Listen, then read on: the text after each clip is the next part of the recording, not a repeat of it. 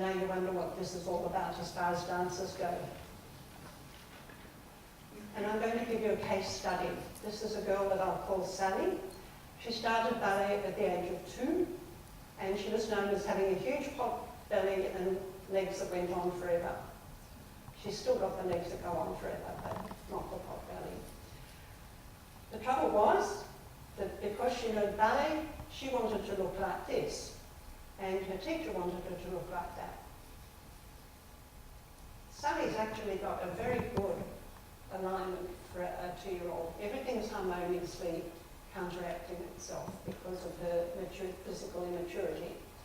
But the teacher told her, of course, like all teachers all over the world, tummy in, back straight, ribs in and down. If there was anything I could do to better the world, I would cancel that instruction. I don't know how many of you have suffered from ribs in and down. Well, Sally was an extremely diligent child, even at the age of 2. And so she did this very effectively. And she found that the only way you can do it is not to breathe. So she also learned not to breathe. It became a naive belief. Now, the trouble with that is that she absorbed this completely, even without words. So these naive, explicit cues became naive beliefs. Now, the interesting thing about Sally is, of course, she'd do this, and then the teacher would be rambling on about some sort of point, and she found out she couldn't hold her breath for more than 2 minutes. And so she would stay like this whenever she was not, whenever she was listening to people who couldn't hold her breath any longer. And when I first met her at the age of 14, and then she left us to dance professionally at 17, she stood like this all the time because she was subconsciously hiding the fact that she couldn't hold her breath. Done, ballet teachers. So here's her childish posture, which was absolutely fine, but she got all these cues. And here was her learned posture by the age of 14. It's not a picture of her, but it's a diagram of what she was doing, which was pretty worrying. So the explicit learning turned into beliefs that led to very poor motor patterns and very poor skeletal alignment. Along came the next beauty. After don't breathe, you must not move your hips. Now, the sad thing is that teachers mean really well. I have to keep telling myself that. Teachers don't intend to do silly things. They just don't want, say you're doing a tendu to back, they don't want you doing this. So they tell you, don't move your hips. But the trouble is that anatomically that's impossible.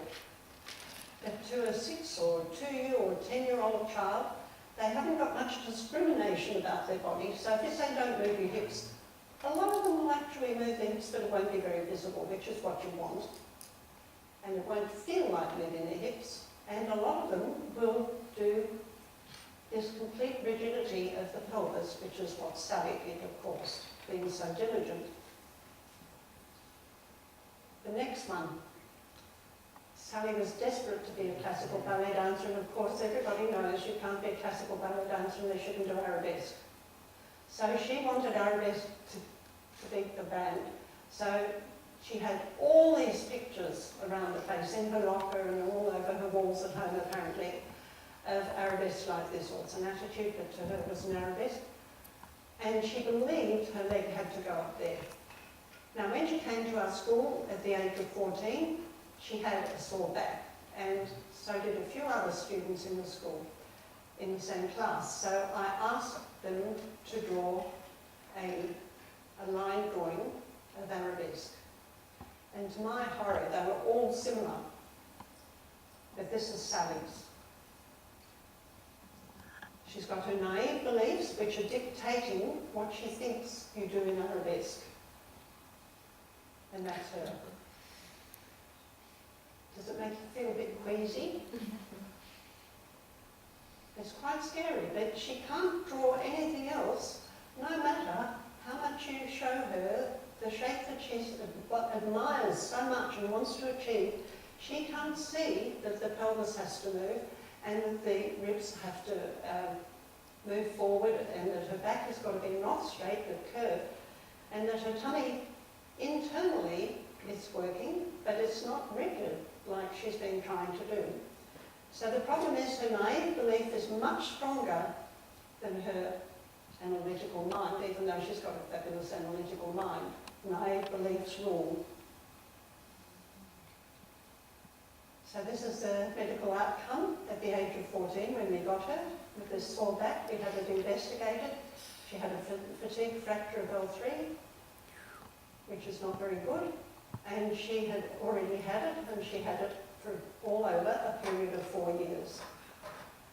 Now that's very scary in an adolescent, isn't it? Mm. And so what we did was she kept on taking time off, of course, as you have to with a fatigue fracture, and she would medically be cured, and then she would, within a very short time, few months, she would start having it again, having the same pain again. And so everybody was feeling rather that she wasn't going to have a career because obviously her body wasn't suitable.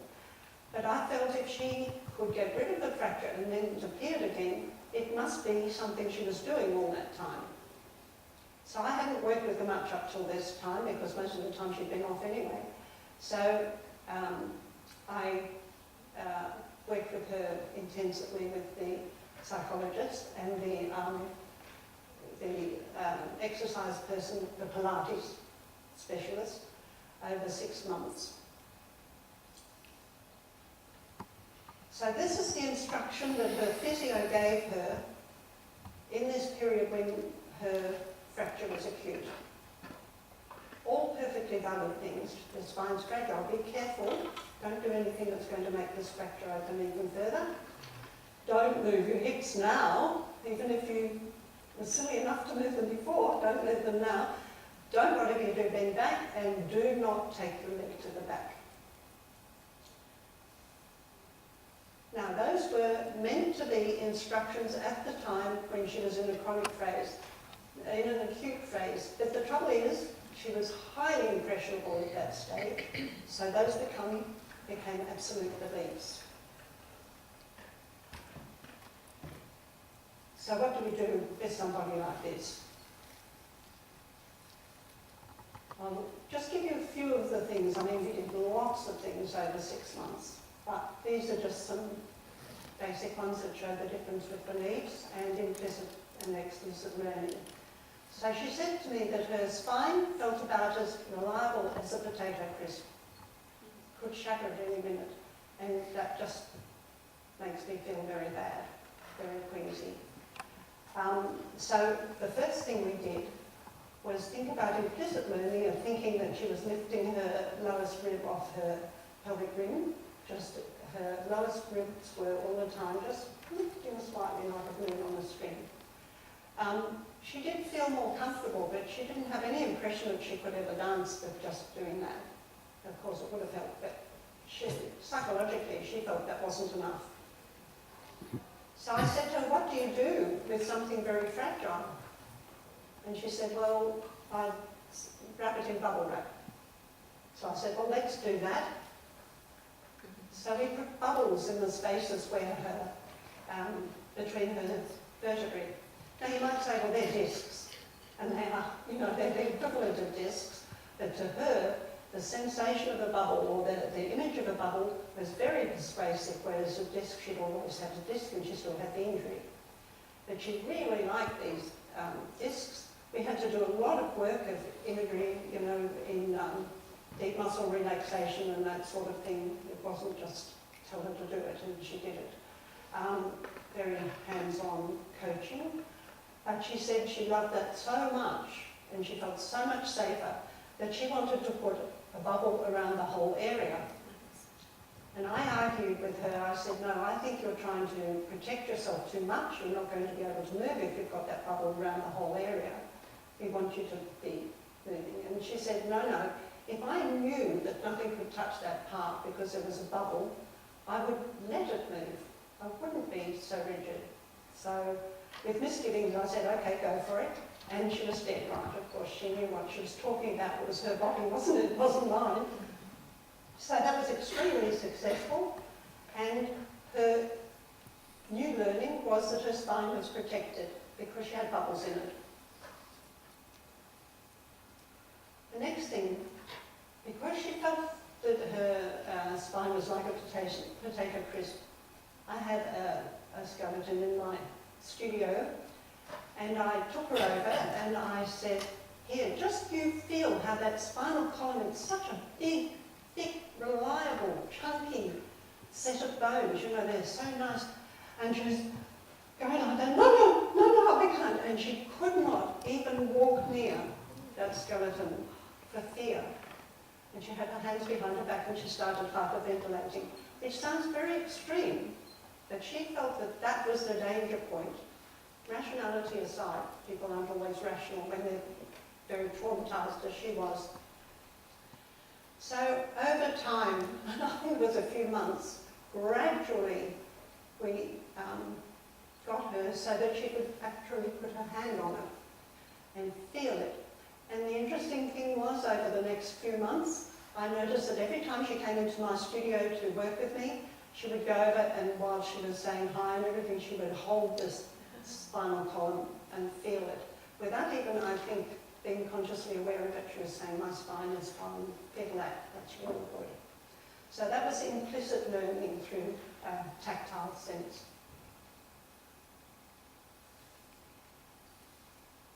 Now, she'd learned that movement is dangerous because she'd been told that, and that muscle tension would be protective. So one of the cues I gave her was to think of her pelvis, which she must not move, being like a boat on the water, always slightly shifting. Very calm water, so if it's disturbed at all, it'll just rock back to a very, very micro movement that you can't see, but it's never still. So I have various exercises to instill that, and she really enjoyed that eventually. We also talked about the fact that her whole body is interactive. So if you think about these acrobat tiles, as China turns out all the time, each person in this is swaying and has all other sorts of visceral changes in their body. They're moving, they're breathing, and so on. And every other person in there, without any thought at all, is adapting to that. So the whole organism is sensitive to change in the other part, and it adapts automatically. She liked that one too. Now, often when anybody's seriously injured, the physio or the doctor keeps on saying, what's your pain level at the moment? They've also sometimes asked them to keep a pain diary. What was it like before you got up? As soon as you get up, write down, or they even ask them to keep a notepad by the bed. What's it like in the middle of the night? Pain level. And then what was it like before class, after class, etc. This is a normal pain scale, which I hate. In Western society, we assume that things are going to go from left to right. Next week I'm speaking in Japan, and I'll be very interested to see if this makes any sense to them, because I think it possibly doesn't. But we do expect things to go to the right, so what we can see all the time is we're moving towards doom, no matter where we are.